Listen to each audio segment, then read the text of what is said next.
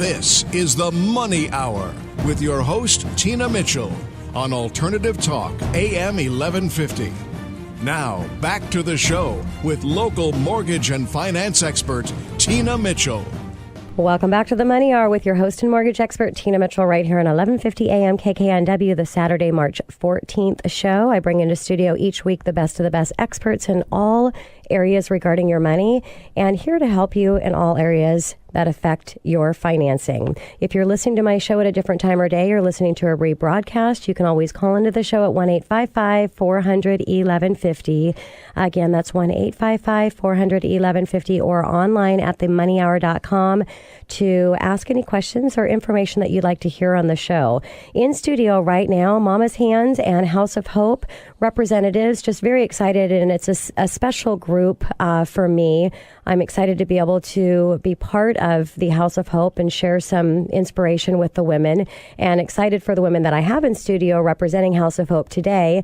We have Amy Hardeback and Heather Sack. I just want to give a little bit of a background of Amy. Amy is an entrepreneur with over 20 years of experience in for-profit and nonprofit business management and ownership. Amy has focused her career on helping small businesses and nonprofit organizations succeed and realize their dreams and potentials. Her broad spectrum of business experience includes retail, private, commercial, and nonprofit, most notably as Director of Operations at Teachers Without Borders. Amy is extremely passionate about business and charity, and about creating and maintaining a successful infrastructure, as well as managing all the pieces required for organizational sustainability while enjoying the innate enthusiasm involved in the fulfillment of the organization's mission.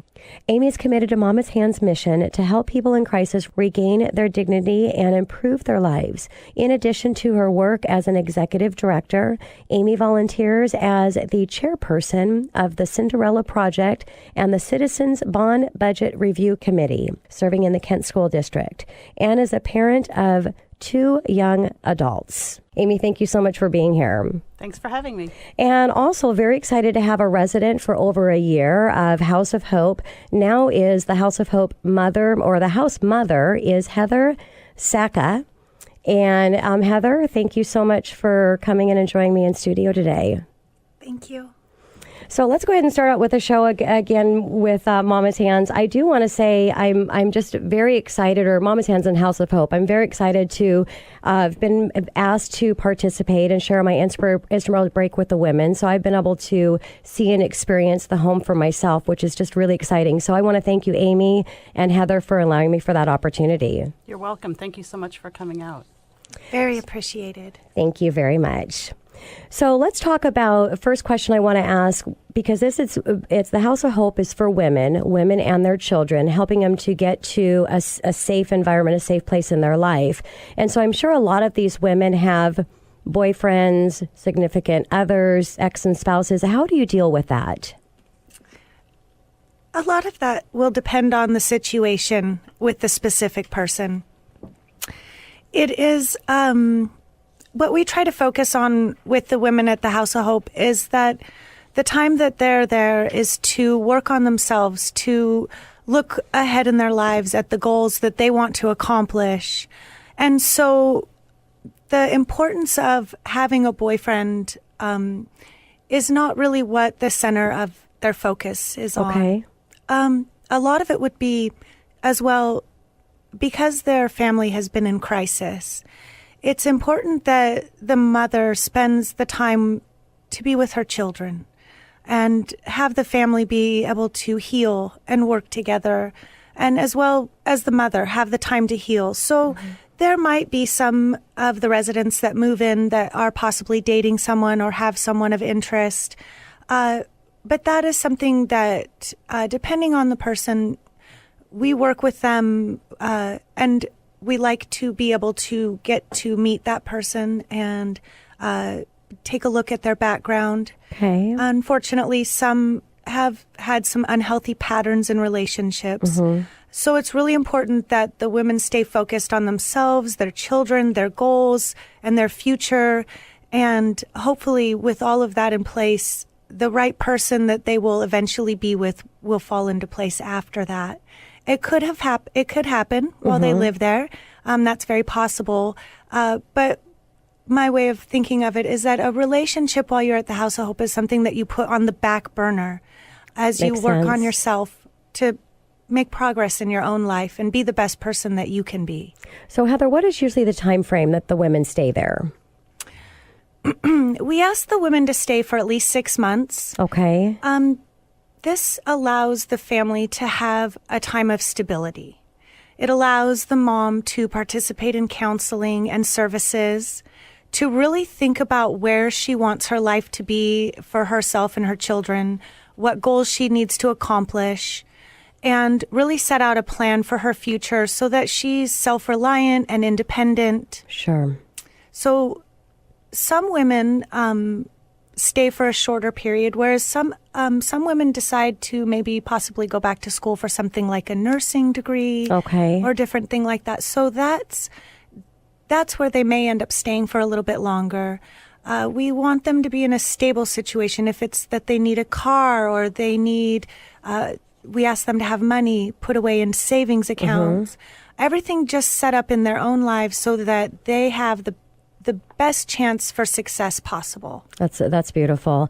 Amy, can we talk about how you decide who fits this program? Who's the right woman that actually can come in and be a part of this community? And I just, because when I went there, I was amazed. I mean, I was so amazed at, not only is it just beautiful, I mean, it's in North Bend and it's gorgeous and the homes are gorgeous, but just to be in that environment and that atmosphere with all of these women as a community, they're going through the same thing at the same time and really there for support. So to be that one of those special women that get to come to the homes, how do you decide that? Sure, that's a good question, and we get asked that question a lot. We have 3 homes with 9 beds, which means we only have 9 women and their children there at any time. So when a bed opens up, it's usually a sought-after room. The way our program is set up really is for somebody who has kind of hit rock bottom, but is humble enough to realize that they've hit rock bottom. We've had some women come in that, still have some pride issues and maybe think that they're, this is just temporary for, a couple weeks, or maybe that they're better than some of the other women because they haven't had the same kind of problems. Okay. It usually doesn't work out very well for them because what we are really looking for is somebody who really wants to turn their life around and is committed to prioritizing correctly, which is what Heather was just kind of alluding to, but also progress. Whether it's going back to school to get their GED or going to college or being a better mom or getting their driver's license, whatever it is, we're very, very focused on progress. So when we talk to women who are looking for somewhere to go, to a shelter, we're not looking for somebody who's looking for somewhere to sleep for the next week. We're looking for somebody who has made a decision that the way they're living their life is not the way they want to go on. Got it. And they're ready to commit to that change and follow our program. I was going to say, because there is and I haven't had an opportunity to really hear the breakdown of the program because I'm new in being able to just volunteer some time, and which is I would believe anybody that's sharing anything with the House of Hope or Mama's Hands, it really is a blessing for them more than it is even for the people that they're helping. I mean, that's how I feel. But I haven't had a chance to really see the program, but I know by going in, there's a very structured program that these women are going through. So you go through that initially and make sure that they're on board and engaged for that process. Right. It's usually a phone call that's pretty in-depth, and then it's an in-person meeting, usually at a local McDonald's or something that's pretty in-depth. It might be then a tour through the facility if it gets to that point. Okay. So they don't come to the home until you've made a decision that that next step is appropriate. Exactly. And then there's a pretty extensive pile of paperwork to go through. And it's all background information. And again, if you're not ready to be completely honest about addiction or abuse or anything you've gone through, then you're not ready for our program. Okay. My favorite part about the packet is a page that says what we're not. And it talks about things like curfews and, no alcohol on site and that kind of thing, and says, if you want to stay out till midnight or 1 o'clock, this is not the right place for you. Yeah. If you want to do this, that, and the other, this is not the right place for you. This is optional for them to come. Okay. But they have to follow our rules when they're there. So if they commit to all of those things, then we know that they're ready. And not everybody gets through that paperwork. So, Amy, what is it? How many other shelters in our local area, just random on a percentage basis? I mean, are 90% of the shelters just an old-fashioned shelter, or what you think versus what Mama's Hands has to offer? Or how unique are you guys in what you offer? Yeah, we're extremely unique in a couple ways. One, we're privately funded, which means that we're not restricted by any kind of governmental rules. It's not about the numbers or how many women we put through in a year. We could have 9 women out there with nobody leaving or coming in for 18 months, and we would be absolutely fine and consider that a success as long as they were all progressing. Of course. Of course, our setting is unique because we have these beautiful homes out in the mountains. A lot of times when people think of shelters, they think of cots in a gym. Yes. And ours is not cots in a gym. They live in a beautiful setting, in nature and in beautiful homes for sure. So, yeah, it's definitely. And I think it's great how the rooms, I mean, it's the mother and her children right there together. Yeah. And I mean, it's a beautiful, beautiful sight. Yeah, we could easily have a mother and 5 or 6 kids sharing a room. But the way your space is, like downstairs, it works out perfectly. Yeah. The way the bunk beds are, the bottom one's a little bit bigger for the mom, and I mean, perfectly it's thought out. It's a home environment. It's not cots in a gym. It's definitely coming in. It's almost like a communal home. Yes. A sanctuary is what I think Heather called it one day. Yeah. But yeah, I wouldn't call it a group home, and I can hardly call it a shelter. It's more like a sanctuary. When I went there and when I talked with Heather, I said, well, the women, I mean, they must want to stay forever. And Heather, will you share because I don't want to give, but because I was very surprised. I just literally, I walked into house one, as you guys call it. And house one and then it gets graduated to house 2, graduated in every way. And then house 3 is just, it's like a street of dreams. I mean, it's just, it's beautiful. And you start at house 1 and you feel like you're on a retreat, and it just keeps getting better and better. So, Heather, when I asked that question, I mean, the women, how do they actually progress, and do they want to just stay here forever? What was your answer? I think that the bonds that the women make with each other as friends do last forever.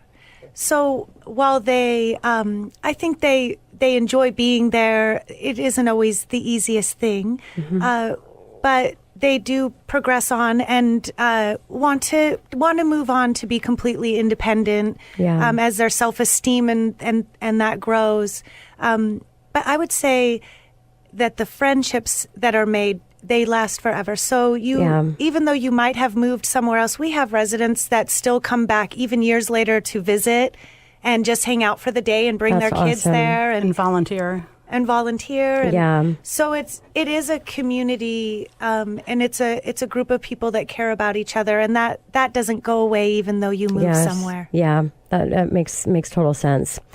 So we got to take it to break, but stay tuned. Do not turn the station, because the entire show is for Mama's Hands and House of Hope, which we're really focusing on the House of Hope today, which is women that are homeless and really need help to get to that next stage in their life, that have children. And I think it's just so special. I actually, in my inspiration to share with the women, I wrote a poem for my mom, and it really is, as being a mother, it's a gift, and it's really a gift that you give to your child to help them grow to the person that they want to be. And because of Mama's Hands, you're really in a position to help these women to be the best that they can be for themselves, and the best that they can help their children to grow up to be the best that they can as well. So stay tuned. Coming up next on the Money Hour after a short break, Mama's Hands and House of Hope. This is the Money Hour with your host, Tina Mitchell, on Alternative Talk, AM 1150. Now, back to the show with local mortgage and finance expert, Tina Mitchell. Welcome back to the Money Hour with your host and mortgage expert, Tina Mitchell, right here on 1150 AM KKNW, the Saturday, March 14th show. Each week I share expert advice and inside knowledge on how today's events in our local economy can affect your money. If you're listening to my show at a different time or day, you are listening to a rebroadcast. To talk with any of the guests I have in studio or myself, you can call into the show at 1-855-400-1150 or online at themoneyhour.com. And today's show is about Mama's Hands and House of Hope. And we're putting all of the focus on House of Hope today and how they're helping women in the Seattle area and their children get to the next stage in life that are going through some crisis situation and don't have a roof over their head, and really bringing them into a community to help them. And I'd like to ask either one of you to break down the services that House of Hope has to offer to the women. Heather? Yes, there are multiple services. First off is the counseling. Mm-hmm. So when the women come in, we begin them in weekly counseling sessions. This is very helpful for all of the women. We have a family development group that we do where the women have a chance to get together without the children and really learn about ways to strengthen their family, to grow as parents. It's a sharing opportunity as well. So we really learn from each other, which is always a great thing in a parenting class. Mm. There are a lot of the help that we have is based on the individual. So what we do is we look at the individual and where they're at and what they need. And then based on that is where we move forward. So depending on what any woman or family might need, we also are going to start a children's therapy that mm-hmm. will be available for the children that come in as well. There are numerous kind of volunteers that come and do different kinds of classes with the women. Okay. Anything from, well, for instance, like your inspirational break, which mm-hmm. the women just loved, and it was a wonderful experience for everybody, very uplifting. Thank you. As well as cooking classes, art classes. We've had a nurse that will come up to just kind of help with basic health questions. Okay. We like to do exercise programs together. We planted our garden last weekend mm-hmm. together as a group. Wow. So just a lot of chances for the women to bond and to work together and strengthen one another, as well as bringing in professionals who can help on a professional level, and then the volunteers who help in many numerous ways. So if somebody is listening today, because I can't say, and if there are so many opportunities for us to help each other, and whether it's financial, helping in a financial way, or it's helping in a time way, or it's helping in a talent way, there are so many opportunities. What can a listener do if they want to assist and help? To get in contact with us and start that conversation. Okay. Would probably be the best way. Either emailing info@mamashands.org. Okay. Would probably be the best way. And then depending on how they wanted to get involved, Heather usually coordinates the volunteers. If it's a financial type of assistance, then it would go through me. So it kind of just depends on how they want to get involved. But usually, if they can just email me, and then I can assess what it is that they're looking to do and make sure I get them to the right person. Okay, great, Amy. Yeah. Thank you. So let's talk about funding. Can you explain to my listeners how Mama's Hands is funded? Sure. Well, like I said before, we receive no government funding. We're not opposed to government funding. We take all kinds of funding. Okay. But we are privately funded right now. We raise about 75% of our annual revenue from our dinner and auction that we hold once a year. It's on May 8th this year at the Newcastle Country Club. Mm-hmm. And it's a very successful event. In addition to that, we do receive grants and other donations throughout the year. Part of my role as executive director is increasing that revenue through grants. Probably not so much government grants. And the reason for that, again, like I said, we're not opposed to government funding, but it seems like it could jeopardize the uniqueness of what you guys do, right? It can be restrictive. And right now, we don't have a lot of restrictions in terms of how many people we need to move through or how many volunteers we need to move through. We can really focus on the mission and the women and the reason why they're there. And I know A lot of other shelters are government funded, and they have to kind of meet those quotas or criteria, and that's just kind of the way it goes. So again, I'm not that we're opposed to that, but it would have to if we received government funding, it would have to be flexible enough that it wouldn't jeopardize what we want to do with our program and our ability to be creative and innovative to help these ladies in a unique way.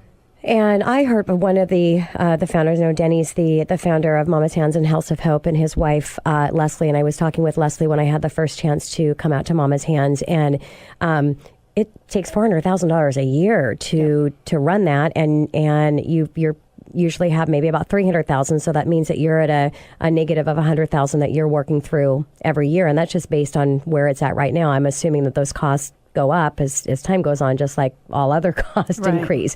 And, you're taking care of all of the food and everything for the women, correct? Right. Well, yes, some of the women do have food stamps and some money of their own, but we are definitely there to provide that if needed. So, yeah. And Heather had mentioned about, and I've heard this a few times, the women and being able to go to college or get schooling. So where does the funding come from that? Well, women that are interested in going to college, we help them out with the FAFSA so that they can try to get financial aid for that. Okay, all right. Typically, the women that are there have some money coming in, but it's very, very minimal. Okay. And so when they're looking to do something else like that, it's either financial aid or, they might get a part-time job if that's something that suits where they are in their progress at that time. We are not in a position to pay for college. And those kind of things, but we are in a position to help them find ways to find the resources to make it happen. Exactly. Yeah, and I think that's that is such a strong word, because there are resources for everything, but you've got to be in the right connection and the right group to get those resources. And the Money Hour, my show is an example. I'm an expert in mortgages, and if you have any questions on what you need for mortgages, anyone in the office, they're always coming to me. That is my expertise. But in our finances, you have your financial planning, your accounting. I mean, there's so many areas of financing. And so that's really what the show is about, is having a community of experts, the best of the best of what they do, coming together and sharing their information. So it's the same thing with Mama's Hands. It's all of the resources and all of the experts coming together to help these women in all the areas that they need. Yeah, we meet with the women. We're interacting with them all the time, of course, but once a month, Denny and Leslie and I meet with the women and talk about their goals. What were their goals for last month? Where are they at right now? What are their goals for the upcoming month? Yeah. And a lot of that does lead to financial conversations. I would like to get a car, or I'd like to go to college or whatever. And then we can work with them, and figure out a plan and get them through those goals so that when we meet the next month, we can see some progress through that. That's great. But it's not just, you want to go to college? Well, good luck. No, we will pick up the phone right then and there, as our women know, and start helping out. Okay. So Heather, could you share with my listeners just the everyday life of the residents? I mean, you being a resident of the House of Hope for a year before you came on, and now you're actually staff and you're the house mom. And so what is it like for the women there? I would say that it is a very peaceful and home environment. Like Amy said, it definitely doesn't feel like a shelter. No, I will say firsthand, it definitely does not feel like a shelter. It's very much a home. And so the women who move in, usually when they first arrive, they're in a state of trauma. And they will need a little bit of time to rest and to heal just a bit. But the daily life goes on like any other person's family home. In the morning, everybody's up, the kids are getting ready, everybody's running around trying to get up to the school bus, doing what they need to do. During the day, the moms with the younger ones will be with their infants or children. Some go to work, some go to school, and then in the evening, just like a regular home as well, women cooking and cleaning and watching children. And I love the open concept. I mean, and House 2, the big long tables that I could just visualize. I mean, I wanted to move in. I wanted to move in to experience the community, and that I was just so blown away. And forget the houses they're gorgeous, but that has nothing to do with the environment, your surroundings, nature. I'm a big nature girl. So just the nature is soothing and peaceful. And so that, and then the community I just envisioned, and I got a small little piece of it talking with the mothers. Just a very small piece. But I could imagine when I went to house 2 and I saw the tables, I was like just all the women and the children eating together, and it's a whole open concept, and it's beautiful. So what about the children when they get there? Because these women, as you said, they're in some type of trauma going on. And so I coming in and just really being able to just slow down and rest and get themselves together. Then they have these little babies. They've got their kids that they're responsible for. They're responsible for these little lives, and they're having a hard time getting things together. So how do the kids adapt to this change? The kids love it at the House of Hope, honestly. It is a wonderful place for the children. They have friends. We have bikes that we give to all of the kids. The nature, just the environment itself is very conducive to happy children, period. Yes. Well, there's a zip line out there too, which is pretty awesome. Yes, and we have an amazing playroom. Yes, that I've worked as a preschool teacher, and honestly, it's nicer than some of my preschool classrooms. It's unbelievable. It's like a house all on its own that has everything in there, way up top, and with the woods behind you, and they call it the Taj Mahal.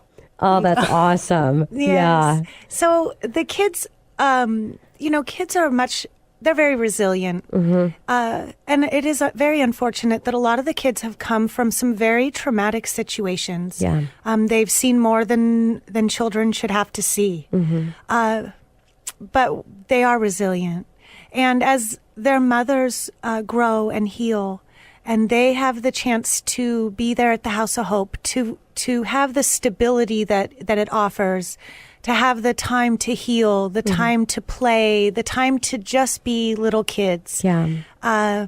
They do great. And they are, oh gosh, we have some really, really cute kids and beautiful babies up there. Yes. So they're definitely all a joy, very much, very much. So Heather, what about the transition when they leave the house? I mean, I asked the transition for the women, but I mean, because it is such a beautiful environment, such a community. And like you said, the women stay connected.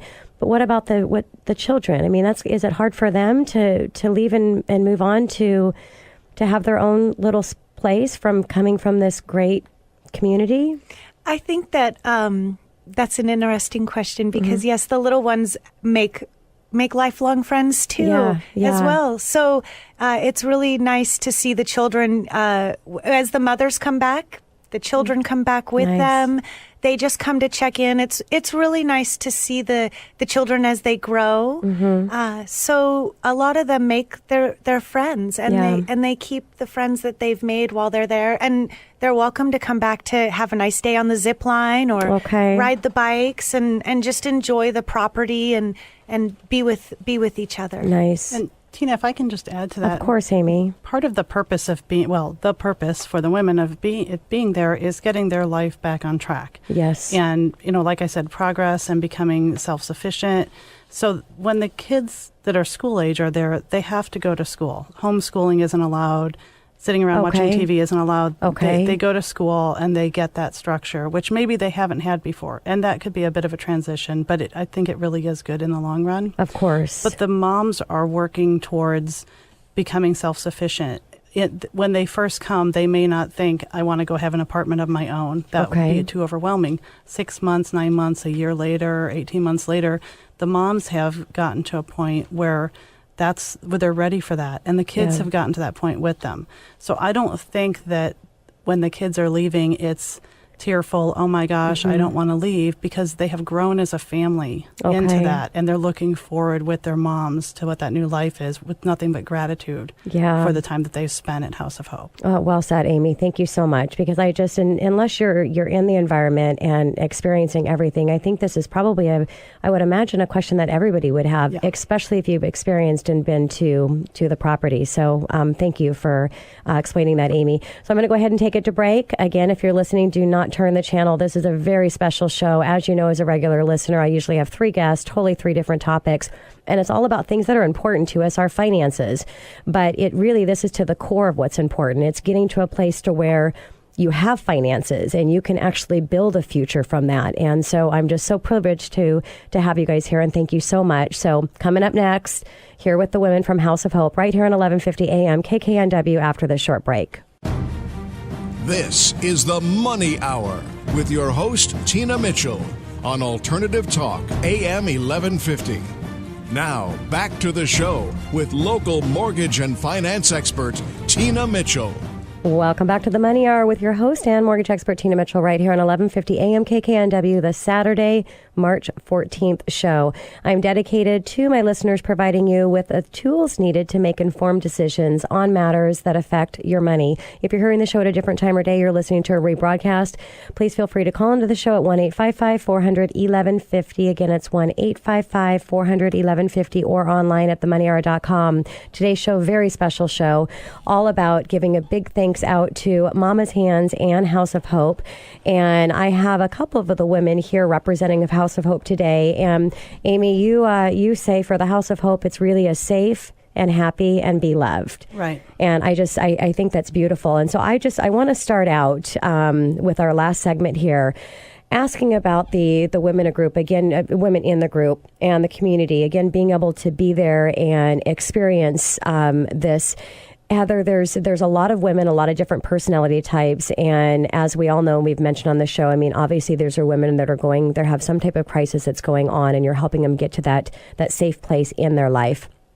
How do they adapt with each other and get along? Are there conflicts that happen? And how is it with that respect, Heather? I would say that the main goal for the House of Hope is to find women that, in general, would like to get along with other people. But we're humans. Of course. And we have bad days, and we have issues and problems that we're working through. When conflict arises, usually we try to work with the women to overcome the crisis or the issues they might be having with each other. Okay. So there is all sorts of things, even with people's children. Sometimes it's difficult when you have different parenting styles and different expectations. I think that our main focus is that we remain respectful of other people, that we don't want to gossip about other people. And that we just really want to encourage one another and understand that even though people are different, or you might not agree with or do things the way that they do, that's okay. But it's about learning to be flexible and learning to get along and remembering the big picture of the fact that this group of women, while many of them have been through multiple things, they do have a lot in common. Yes. And they are friends. And that's really what comes first. So I think just like any friendship where there's going to be bumps in the road, sure, you need to look at that and figure out how you can deal with that in the most respectful and mature way possible. And then you go from there. So. Yeah. Well, and as you mentioned, too, in the screening process, Amy, which you talked about in one of our last segments, really just going through and making sure that the women that are coming into the home, because there's 9 beds, there's 9 spots, and so it's very unique of what you're offering and have available is through that screening process, and they all have the same goal. They're ready to do what they need to do to get to that next step for them and their children. So it makes sense that you just figure out how to make things work, even though you're all in the house together with all different personalities and all different parenting styles, as you mentioned. So where do the women come from? The women come from all over. Okay. In general, most of the women that are at the House of Hope have come from the general Seattle, King County area. Okay. We've had women from other states who have left the state that they were previously in, looking for hiding. So we've had women from other states, and we've had some women from other countries. Wow. That have been at the House of Hope as well. The women come from, well, obviously, they're in a state of homelessness. Yes. That can be due to multiple things. Sometimes there are women who have left domestic violence situations, and there isn't anywhere that they can go that is safe for their family. And so it's available as a safe place for them to go. Usually there are women that have had issues with alcohol and drug abuse, and just maybe house fires or any number of tragedies that can end up happening where it only takes one thing and they've fallen through the cracks all of a sudden. I would say that regardless of a lot of the situations, I have found that there is sometimes a history of not necessarily being able to rely on their family for support. Sure. That's just not an option. And so there is a lot of history with the women in their childhood. Common theme will be abuse or neglect, alcoholism, drug abuse, those sorts of things that already affected them in a way that they were not necessarily as strong as they could have been. And so when the waves came, the boat tipped. And they end up in a homeless situation. So they come from all over, all walks of life, and but they make it there. Yeah. And, I don't know what the statistic is, but I know that it's high where they say that, there's a lot of people that are one paycheck away from being homeless. And as you'd mentioned, that a paycheck away, the reason they don't become homeless is because they have a family that they can go to. When, it can be a health issue that comes up. You mentioned like a house fire. I mean, there's all these things that could happen. And if you don't have the reserves and you don't have any resources to help. So I wish I knew what that percentage. You know what that percentage is, Amy? I don't, but I actually like to say that we're all just a couple paychecks and or a couple bad decisions away from being homeless, because it's not always about money. Yes. Sometimes we just make bad decisions. Yeah, that's a good point, Amy. So what about challenges? What are some of the challenges that are that the women are facing? Gosh. I mean, I know the list is we all are facing challenges, but what is the most common challenges that your women are facing? Well, they're coming to us in a state of crisis. Yes. So they're dealing with their own crisis. They we may have a woman come who has just had a baby and the baby's still at the hospital and she's waiting to get it back, and then dealing with that. Maybe we have some very young mothers out there. The list is very, very long. And then dealing with the fact of the situation that you're in.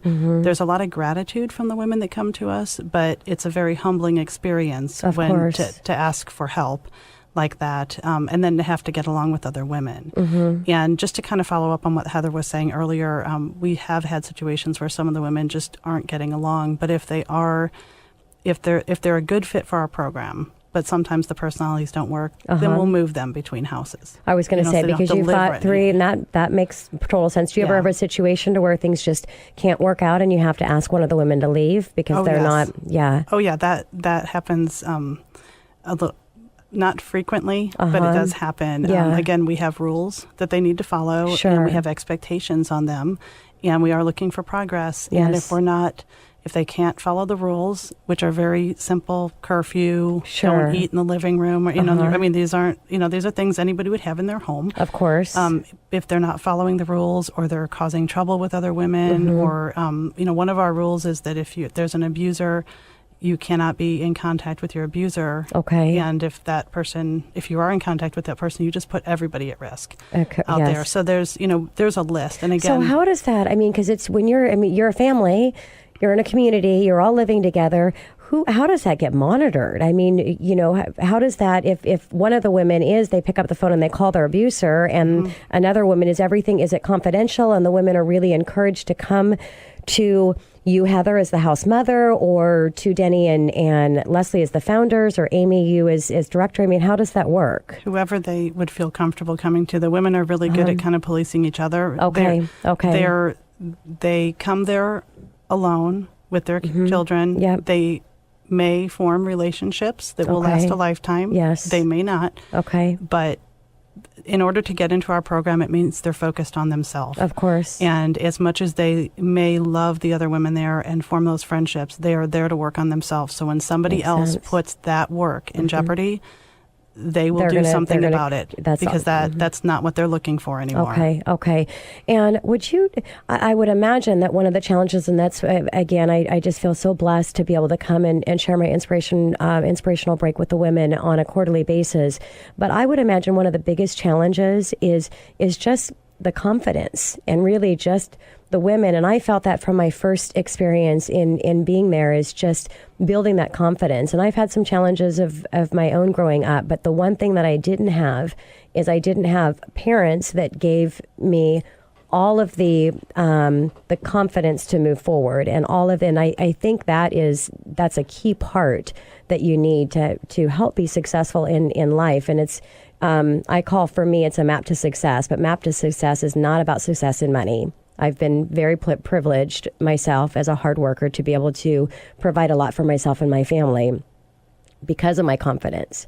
But it's really about your map to success is about the confidence you have here, the person that you are and what you have to offer to others. So is that a challenge that you see that's common with a lot of the women, that they just don't have that?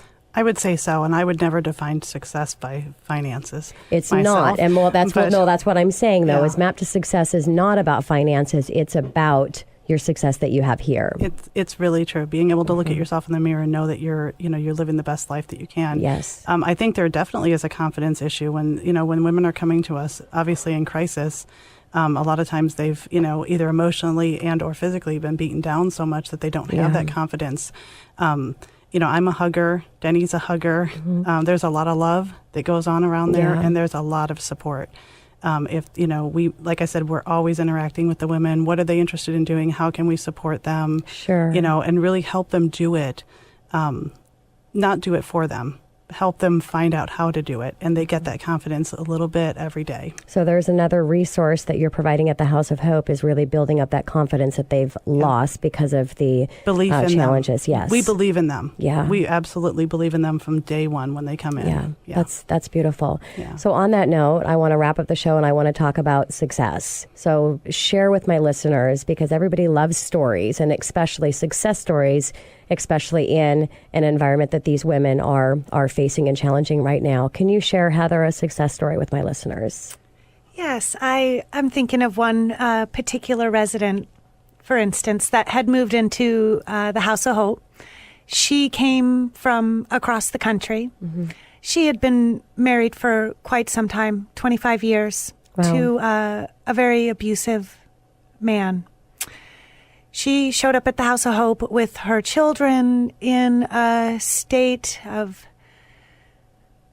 disarray, chaos, sadness. But you could see, as a mother, she was a strong mother, and she just needed a little step to move forward in life. And it is really interesting on the topic of the self-esteem. As you watch the women as the time goes by, watching their self-esteem grow, believing in themselves, realizing their gifts and talents, and really believing that the gifts and talents that they have, they can use those in the world. And this particular woman, she was very friendly, so a lot of the other women really liked her. And I watch as there's a building up between the women as well, that we build each other up there. And as time went by, she became stronger and happier, and she left the House of Hope and moved into a home with her children. And she's someone that I still keep in contact with. It's just really neat to see that it doesn't stop after they leave the House of Hope. Yeah, they still continue. It's a path. It's ingrained within you. It starts a different process in the way that you think when you're there, to be positive about who you are, to love yourself, to know that you deserve good things, to realize that you are a talented and gifted person, and that these are things that you can give to the world, to just see that. And I gave an example at one of our meetings that what we're doing right now at the House of Hope is we're planting seeds. and we're caring for those seeds, and we're giving them water, and we're taking good care of those seeds and watching them grow into little plants. And at first they might need some protection and some help, but as time goes, they're growing into trees, and there's roots that are going down and branches that are going out, and as the time goes by, as the women leave and are on their own, you see the tree forming in their lives and in their children's lives, which will make a difference for generations to come. So it's really a wonderful thing to watch. Heather, if you haven't already done this, you need to write that down. Put it up. So beautiful. That was so beautiful. Write it down in your journal so that you have it, and then write it down and put it up on one of those poster boards. And I noticed you guys have lots of inspiration and things that the women are sharing. It was beautiful, and you can tell that really comes from a place of your heart. And you need to write that down, Heather. I will do that. So thank you so much. That ends our show. I want to thank all three of you for being in studio. You only got to listen to 2 today, but I appreciate all three of you being here, and I appreciate everything that you're doing for those women. Again, I appreciate the opportunity to come out and visit, and I love everything that you're doing. So thank you so much. Thanks for having us. Thank you so much, Tina. And that was from the House of Hope, also Mama's Hand. Mama's Hands feeds the homeless. House of Hope homes the homeless women and their children, and really helps them to get to a better place for themselves and their children. This is your host and mortgage expert, Tina Mitchell, signing off for the day. Enjoy the rest of your weekend. I will be here same time, same place next weekend, right here at 1150 a.m. KKNW. Thanks, everyone.